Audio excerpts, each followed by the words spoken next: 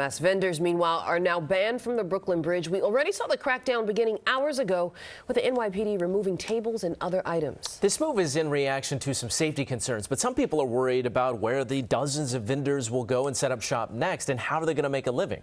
Eyewitness News reporter Lindsay Tuchman is live on the Manhattan side of the Brooklyn Bridge with the details. Lindsay, good morning. Good morning, Shantae and Mike. The sun is not even up yet, but we have seen this crackdown underway already here on the Manhattan side of the Brooklyn Bridge, which of course connects to Brooklyn Heights, spanning over the East River. And it's likely you've walked over this bridge at one point to enjoy the beautiful views, or certainly driven over it. But you've probably also seen the massive crowds that have accumulated, particularly because of those vendors that have set up shop along the bridge to sell items like souvenirs or even water. Well, you will no longer be seeing that, and that is because the enforcement starts today of not allowing vendors to sell on any city bridges. We did see police this morning folding up tables that were set up and ready to go for the day. They will not be allowed to unfold those tables.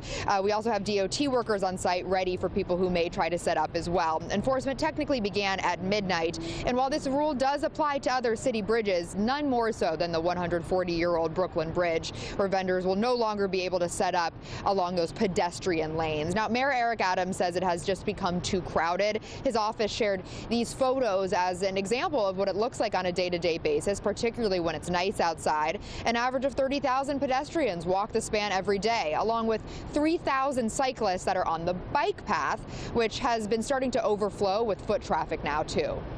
People couldn't walk.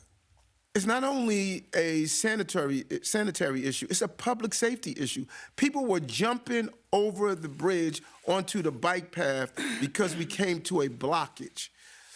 And so I'm not quite understanding those that are not clear that you can't have a bridge lined up on both sides with vendors selling all sorts of items, and it created this bottleneck. So if you needed an emergency egress to get off the bridge, people would have trampled over each other.